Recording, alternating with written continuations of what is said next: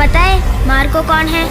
Video শুরুতেই বলে রাখি, যাদের হার্ট দুর্বল তাদের এই মুভিটা দেখার কোনো দরকারই নেই। এই মুভিটা দেখতে যে আপনার সাথে যা কিছু হতে পারে, সো এই মুভিটা আপনার দেখার দরকার নাই। আমি অনেক রিভিউ আর অনেক কমেন্টে দেখতেছিলাম যে এই মুভিটা দেখতে অনেক দমের দরকার, সাহসের দরকার। সো এক্সাইটেড হয়ে আমিও মুভিটা দেখতে গেছিলাম, কিন্তু দেখার পর যা হলো সত্যি কল্পনার বাইরে। মানে আমি কখনো ভাবিও না যে একটা মুভিতে এত ভায়োলেন্স হতে পারে। আমরা জানি অ্যাকশন মুভিগুলোতে ডায়লগ থাকে, প্ল্যানিং থাকে, তারপর হচ্ছে মারামারি হয়, কিন্তু এই মুভিতে না আছে কোনো ডায়লগ, না আছে কোনো প্ল্যানিং। নায়ক অ্যাটাক করতেছে, ভিলেন কাউন্টার অ্যাটাক দিতেছে, আবার ভিলেন অ্যাটাক করতেছে, নায়ক কাউন্টার অ্যাটাক দিতেছে, করার দিয়ে হাত কাটতেছে, কামড় দিয়ে কান ছিঁড়ে নিচ্ছে, এসিডে বডি গলাইতেছে। এরকম মুভি যে হয় এটা আমি আগে জানতামই না। আসলে আমরা হয়তো বাইরের কান্ট্রির কিছু মুভি দেখতাম এরকম, যেগুলো হচ্ছে মানুষ খায় আর কি, ওই টাইপের মুভিগুলোতে এগুলো হইতো, কিন্তু এরকম অ্যাকশন মুভিতে যে এগুলো হবে এটা কখনো আমার ধারণা ছিল না। কি দেখলাম আমি আসলে এটা। এই মুভির নাম রাখা উচিত ছিল সাইকো মার্কো। সব মিলিয়ে মুভিটা আসলেই ভালো ছিল। সো যারা দেখেননি তারা দেখতে পারেন, আর দয়া করে আসলে যাদের হার্ট দুর্বল তাদের দেখার দরকার নাই, নিতে পারবেন না আপনারা। সো কেমন লাগলো